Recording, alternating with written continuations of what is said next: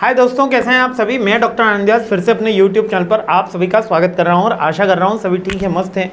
IHRM का subject चल रहा है, काफ़ी इंटरेस्टिंग सब्जेक्ट है, काफ़ी स्कोरिंग सब्जेक्ट है। मैं HR वालों के लिए रिपीट कर रहा हूँ, सबसे ज़्यादा स्कोरिंग सब्जेक्ट अगर किसी को लगता है कि HR में है कोई, तो ये वाला सब्जेक्ट है भाई। इसको मान के चलना कि जितने भी और दूसरे सब्जेक्ट है उससे सबसे ज़्यादा सिंपल सब्जेक्ट है और स्कोरिंग सब्जेक्ट है। बस इसमें आपको एक की पैरामीटर का याद रखना है कि जब भी आप अपना आंसर राइट करेंगे, थोड़े से एग्जाम्पल करंट के देने हैं आपको। कोई भी करंट कंपनी हो सकती है, कुछ भी हो सकता है, तो ये आपको एग्जाम्पल जरूर लिखने ही हैं।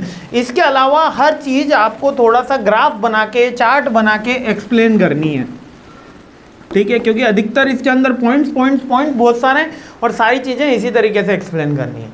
अब IHRM का सेकंड क्वेश्चन अपन हमला बोलते हैं, क्या है? ये है इंटरनेशनल परफॉर्मेंस मैनेजमेंट। पहले तो परफॉर्मेंस मैनेजमेंट क्या होता है ये चेक करते हैं, फिर इंटरनेशनल में कैसे डिफरेंस आता है ये बताता हूँ। देखो, परफॉर्मेंस मैनेजमेंट का मतलब होता है कि एक एम्प्लॉय ने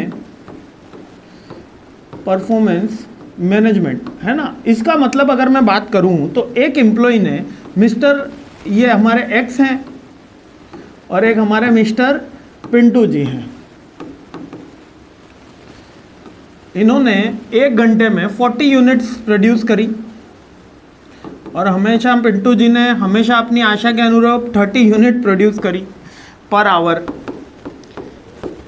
और यहाँ पर जो स्टैंडर्ड था वो था 35 यूनिट का,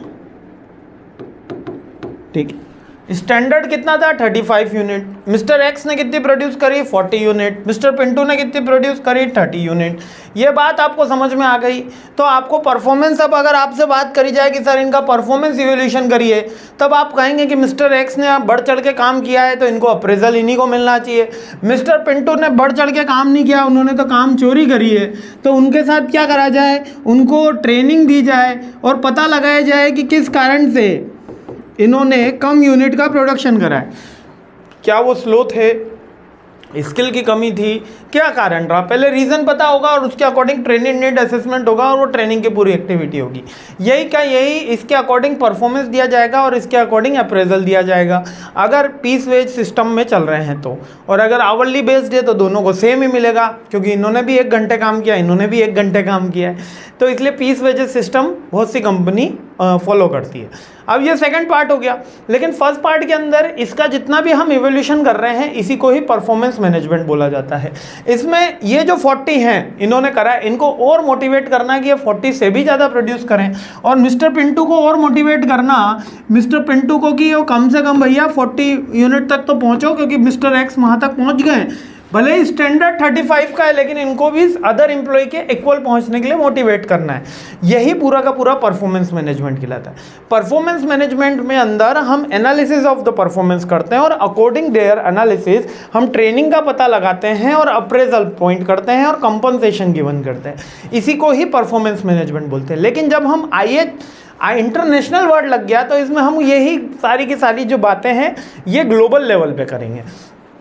तो इसको बुकिश कैसे लिखा हुआ है? बुक के अंदर लिखा हुआ है, international performance management is a process of evaluating the performance, evaluating of performance employ who work in the different countries, जो डिफरेंट कंट्रीज में काम करते हैं, in a complex process that require careful consideration cultural factor, legal requirement and the business goal. अब जैसे कि एक बात करी जाए कि इंडिया में होंडा कंपनी ने एक प्लांट लगाया और एक USA में एक होंडा कंपनी ने एक प्लांट लगाया और एक जर्मनी में होंडा कंपनी ने एक प्लांट लगाया। तीनों प्लांट के प्रोडक्शन में सेम वर्कफोर्स कैपेसिटी है। सेम वर्कफोर्स कैपेसिटी मैं आपको एक एग्जांपल से यहाँ पर एक्सप्लेन करता हूँ। होंडा कंपनी ने प्लांट लगाया है 3 जगह। एक जगह इंडिया में करा है उन्होंने प्लांट, यानी कि उसके कंपनी के प्रोडक्शन का। एक जर्मनी का प्लांट है उनका, ठीक है, और एक यूनाइटेड स्टेट ऑफ अमेरिका में प्लांट है। तीनों में वर्कफोर्स कैपेसिटी इक्वल है, तीनों में टेक्नोलॉजी इक्वल है, तीनों में आप कह सकते हो स्किल ऑफ एम्प्लॉय लगभग इक्वल है और वहाँ पर सारी की सारी चीज़ें इक्वल है। फिर भी जहाँ पर अमेरिका में जो प्लांट लगाया है उसमें 70 यूनिट्स बन पाती है हर आवर्स में, जर्मनी में 65 यूनिट्स बन पाती है और इंडिया के अंदर 63 यूनिट्स तक बन जाती है। तो अमेरिका में सर ये सब फास्ट क्यों बन रही है, जबकि वहाँ पे तो प्लांट सेम है। यहाँ पर जो सप्लाई और अवेलेबिलिटी होती है प्रोडक्ट की वो थोड़ी सी फास्ट होती है। वहाँ पे रोड्स और ट्रांसपोर्टेशन इंफ्रास्ट्रक्चर हाई होने के कारण वहाँ पे रॉ मटेरियल की अवेलेबिलिटी फास्ट होती है। भले हमने एक दुकान खोल ली, ठीक है, वहाँ पर इक्वल नंबर ऑफ एम्प्लॉयज़ हैं, लेकिन प्रोडक्शन डिफरेंट हो जाता है थ्रू देयर लोकेशन एरिया। अब हो सकता है कि इंडिया में ये जो प्लांट लगा हो वो किसी ऐसे रिमोट एरिया के अंदर लगा हो जहाँ पर availability of the raw material less हो, या वहाँ की जोग्राफिकल लोकेशन ऐसी हो कि वहाँ पर वर्किंग करना थोड़ा सा हार्ड है।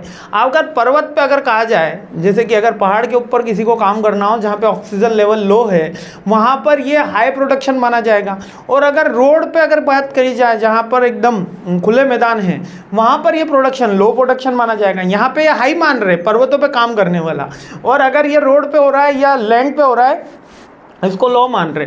तो डिफरेंट कंट्रीज़ में इसका मतलब क्या है, जब हम इंटरनेशनल परफॉर्मेंस मेजरमेंट कर रहे हैं तो हमको बहुत सारी चीज़ें कंसीडर करनी पड़ती है।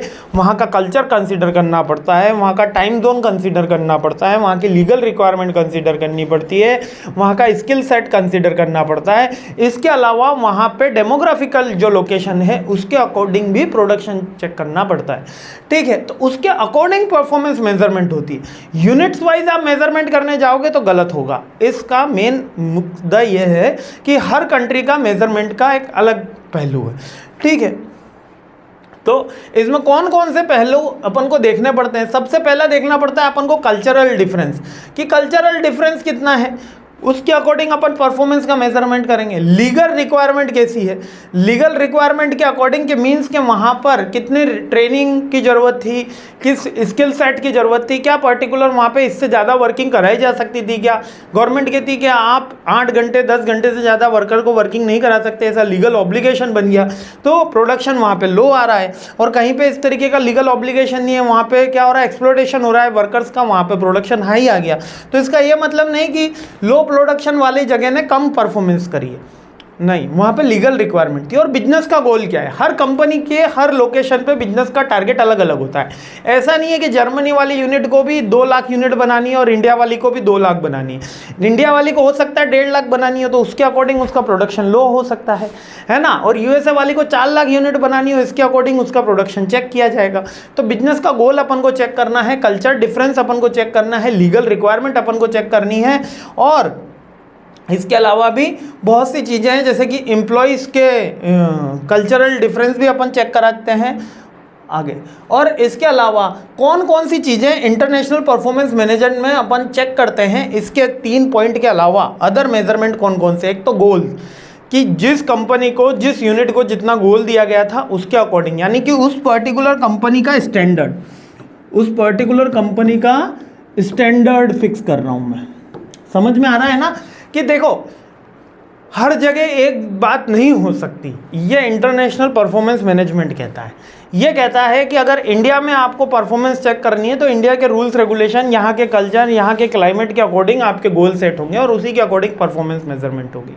आप इंडिया का कंपैरिजन चाइना के प्लांट और यूएसए के प्लांट के साथ नहीं कर सकते हैं, ये कॉम्प्लेक्स प्रोसेस है, ठीक है। तो सबसे पहले आपको स्टैंडर्ड चेक करना है, फिर मैट्रिक्स चेक करोगे। मैट्रिक्स का मतलब आपकी एक्चुअल में परफॉर्मेंस कितनी आ रही, डेटा, ठीक है। और प्रोसेस चेक करोगे कौन सी प्रोसेस पहले करी जा रही है और कैसे हम परफॉर्मेंस का मेजरमेंट कर रहे हैं। परफॉर्मेंस का मेजरमेंट कैसे हो सकता है, एक तो डेटा बेस्ड हो सकता है, सर्वे कराया जा सकता है ना, वो 360 डिग्री सर्वे, 720 डिग्री सर्वे, वही सारे क्वेश्चनर फिलअप से हो सकता है, और डेटा तो है। इसके अलावा communication, two way communication is essential need for performance management, ये हमेशा याद रखना। टू वे कम्युनिकेशन, एम्प्लॉय आपसे बात कर सके, आप एम्प्लॉय से बात कर सको।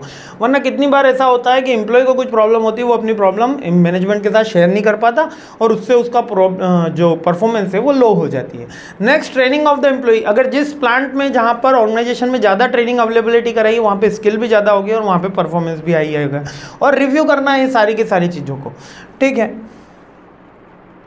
तो जब हम इंटरनेशनल परफॉर्मेंस मैनेजमेंट की बात करने में, एक बार फिर नटशेल में आपको बता देता हूं, जब भी हम इंटरनेशनल परफॉर्मेंस मैनेजमेंट की बात कर रहे हैं तब हम वहां के हमारे गोल की बात करेंगे, ठीक है।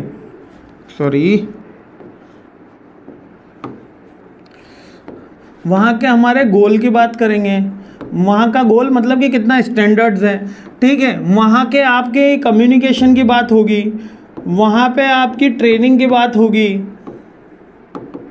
वहाँ पे क्लाइमेट या कल्चर की भी बात कर सकते हो। देखो कल्चर अलग है और क्लाइमेट कंडीशन अलग है, ठीक है।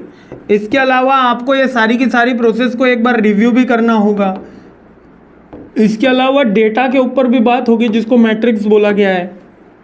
इसके अलावा प्रोसेस भी एक पॉइंट है कि कौन सी प्रोसेस पहले है, कौन सी प्रोसेस बाद में है, और हम कल परफॉर्मेंस मैनेजमेंट के लिए कौन सी प्रोसेस अडॉप्ट कर रहे हैं। अगर केवल डेटा बेस्ड है तो हो सकता है कि वो अलग पैरामीटर रहे, और हो सकता है कि अपन क्वेश्चनर बेस्ड कर रहे हो सकता है कि अपन 360 डिग्री एनालिसिस कर रहे हो। डिपेंड करता है कि किस तरीके का कौन सा tools and technique performance measurement के लिए यूज़ करी गई है। इसके अलावा जो इसके मेन पॉइंट है वहाँ पर अपन कल्चरल डिफरेंस, लीगल रिक्वायरमेंट है ना, और बिजनेस का गोल क्या है, और इन सारे चैलेंजेस के अलावा अपन चेक करेंगे एम्प्लॉय का मोरल कैसा है और एम्प्लॉय कितना वैल्यूएबल है कंपनी के लिए या मल्टीनेशनल कंपनी का। बेसिकली अदर कॉम्पिटिटर की परफॉर्मेंस भी अपन वहाँ पे चेक करते हैं। ये फोर्थ पॉइंट यही कहना चाहता है, अदर कॉम्पिटिटर की परफॉर्मेंस। क्लियर हो गया। बहुत छोटे छोटे पॉइंट है लेकिन बार बार एग्जाम में आए हुए पॉइंट है। एक तो इंटरनेशनल स्टाफिंग का फर्स्ट क्वेश्चन देखा, सेकंड देख रहे हैं अपन इंटरनेशनल परफॉर्मेंस मेजरमेंट। इसमें कौन से टूल्स टेक्निक्स करते समय अपन को कौन कौन सी चीज़ों का ध्यान रखना है, क्वेश्चन बन रहा है। ठीक है, नेक्स्ट क्वेश्चन पे हमला करते हैं, जल्द से जल्द ये सीरीज कंप्लीट करते हैं। जय हिंद।